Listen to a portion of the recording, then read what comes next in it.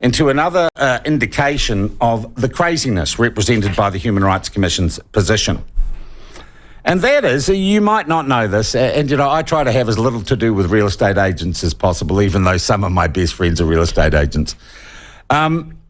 Real estate agents, well, they have a sort of industry body, real estate companies, called the Real Estate Institute of New Zealand, but they are regulated by very good reason, for quite a lot of government regulation about the buying and selling of real estate.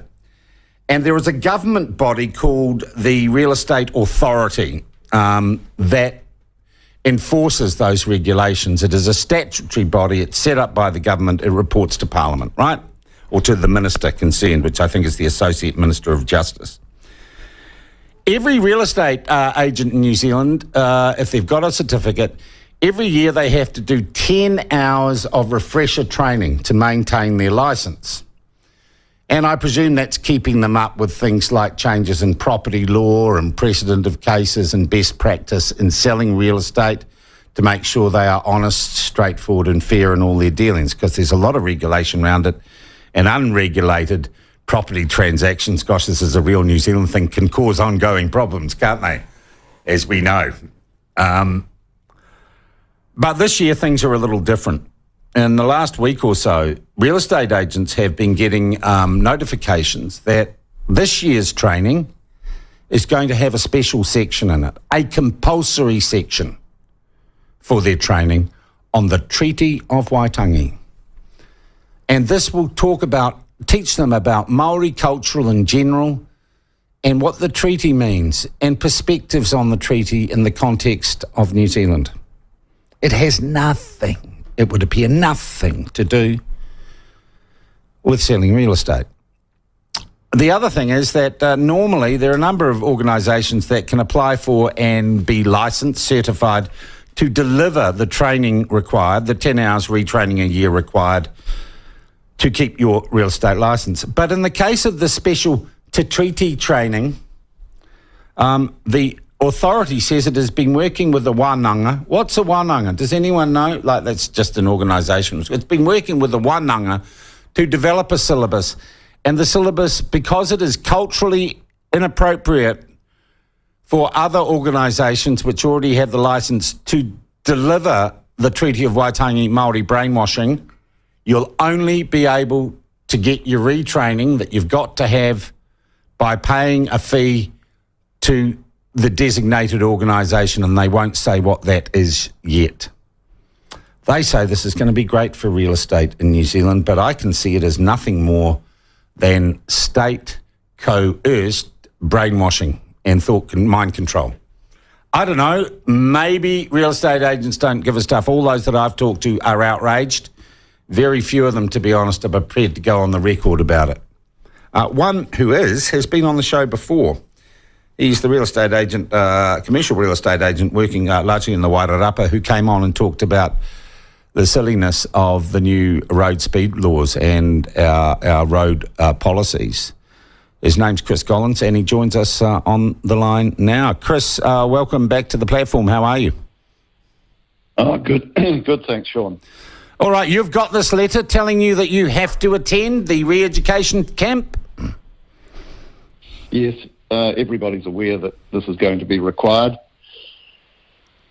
Okay. And I agree with what you've said so far. It's really it's nothing else but forced political indoctrination. Wow.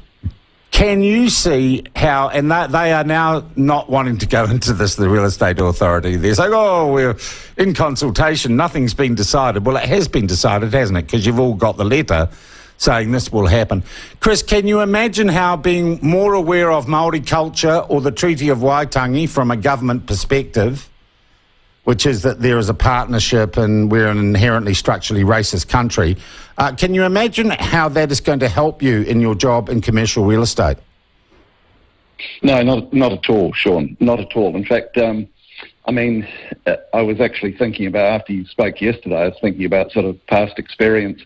And we actually, it sort of didn't even occur to me, but we dealt with a Maori commercial property owner last year. It was only when I was thinking about this that I remembered that we had dealt with that person.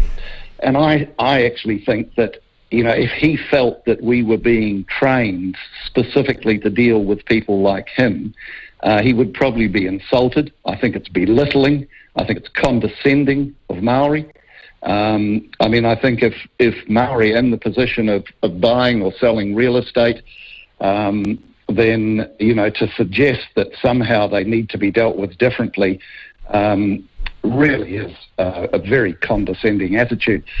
And I would imagine that many of your readers probably saw a story in the Wall Street Journal yesterday, which is incredibly timely because it was a report on a study done by the Copenhagen Business School on why some big companies seem to be getting more woke. And the conclusion was that it's due to power-seeking middle managers looking to carve out areas of responsibility that enhance job security. And they particularly focused on middle managers who take control of things such as diversity, equity, and inclusion. And the conclusion was that many chief executives in these organisations go along with it for fear of being removed if they stand up to these middle managers pushing these barrows. Now, I would imagine that the person within the real estate authority who has had this wonderful idea of compulsory, and we'll get back to that, compulsory education on the treaty, they're probably the golden-haired boy at the REA at the moment. I imagine that, everybody wants to associate with them because they're on the rise. Yeah. Chris, Chris, the other thing is my impression of what information the REA, now that it's basically been caught being woke, and it's pretty reluctant now to give us any real details, from what my reading of this, you are not going to be educated about the treaty in relation to the work you do or your business or dealing with clients. It is simply to tell you how to think about the treaty in a much broader context. It is literally re-education. Actually, if you read specifically what they have said about what the wānanga is going to do, they are talking about it having a real estate context. But, Sean, one of the things, we have 10 hours a year. Seven hours of those are elective subjects, and 3 are compulsory. So this Maori section is compulsory. It's 50% of the compulsory section this year. Now, do you get judged on it as a pass-fail thing, or do you just have to turn up and have the coffee at morning tea? Yeah, that's basically it. But you do have to sit through it, and the wānanga are going to be running it. Now, most of the what is the wānanga? Do we know what the wānanga is? That's a school or something? It's Te Whare Wānanga Awanui Rangi, which is based in Auckland, and I think the main campus is in Whakatane. But hang on. But normally your training and everything, even your electives, would have been done by a myriad of approved training organisations. That's exactly the point I was going to make. That our trainers are generally people who have experience at the coalface of real estate, or they might be a lawyer that is involved in predominantly dealing with real estate issues. So they have credibility. When they're talking to agents and they come across something and they say, look, here's a case, here's an example of where someone stuffed something up and went wrong, and this is how you avoid it. They have credibility. Now we're going to have a trainer who's come in who's had no experience in the industry whatsoever, has probably got no idea of any of the issues, will have no credibility with the people they are training, and they're going to sit there for an hour and a half staring out the window. Have real estate agents been consulted or offered to have input into whatever the syllabus is going to be? I'll stop telling jokes. No, I'll take that as a no, Chris. So no consultation whatsoever. Okay. Next year, I understand it's LGBTQI training is going to replace this. That's right. I suppose you get Rainbow. I suppose you get Rainbow Youth to run that for you, don't you? Look, I mean, the crazy thing is we deal with people from the gay community and what have you on a regular basis. I mean, many of those people are investors and what have you. Again, they are no different, Sean, to you and me. We don't say, oh, crikey, Dick, this person's gay. Now we need to deal differently with this person. Again, they would think it's just insulting to think that somehow they need to be dealt with differently. I mean, this is the craziness of this whole woke attitude. Yeah. Do you think, Chris? We have to have. Yeah. Do you think, Chris, having a more extensive or a basic grounding in tikanga Māori and the treaty and the partnership that the treaty apparently now created, do you think that's going to make you provide better services to your customers? Do you think it's going to make you a better real estate agent? No. Okay, then why are you being... Only one area. There's only one area, Sean, and that would be in dealing with, say, Maori land issues, which is an incredibly complex area. And there are specialists, but they're generally rural agents. So, there'll be the odd rural agent around the country that is skilled in this area. And if you came across something like that, you would ask a colleague and say, look, who should I talk to? Who should I pass this on to deal with it? But it's not like you're brokering deals between tribes and a guy on a sailing ship with blankets and muskets, is it? No. Right. No, unfortunately, no. All right. So, Chris, what happened? And by the way, do you have to pay for this compulsory training to the wānanga? Well, you see, whatever it is? This is it.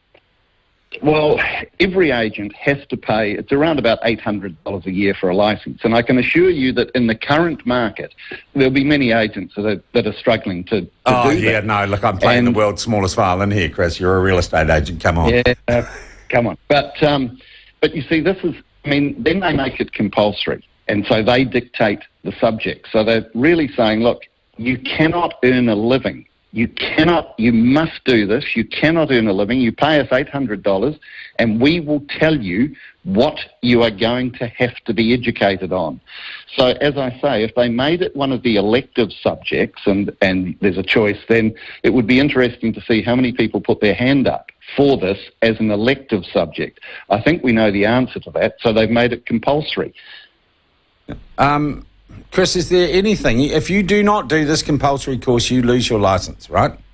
That's right. Is there anything, and I have talked to a number of your, colleagues, compadres, fellow travellers, other real estate agents, they're all outraged, they're all pissed off. They all seem very scared about saying much about it. So I thank you for coming out this morning. Is there anything, and I would also add, we've talked to the REI and the Real Estate Institute of New Zealand, who seem reluctant to get involved in this controversy.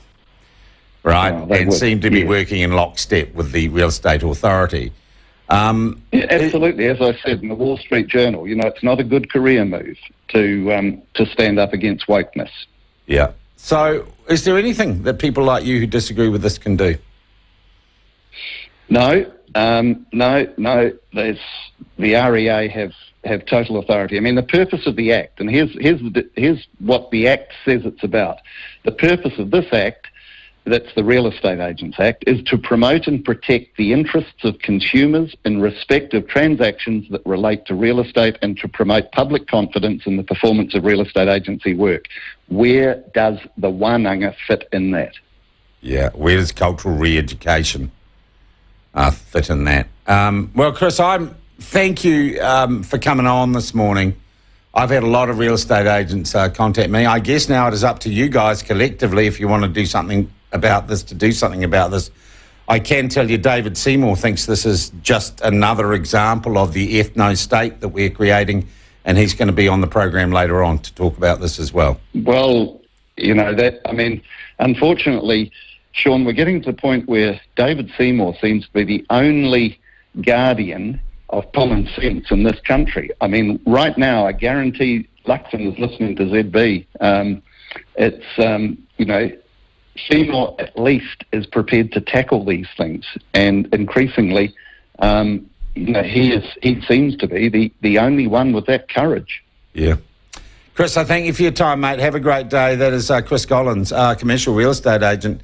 And I'm getting texts through from people saying, I got this rubbish too.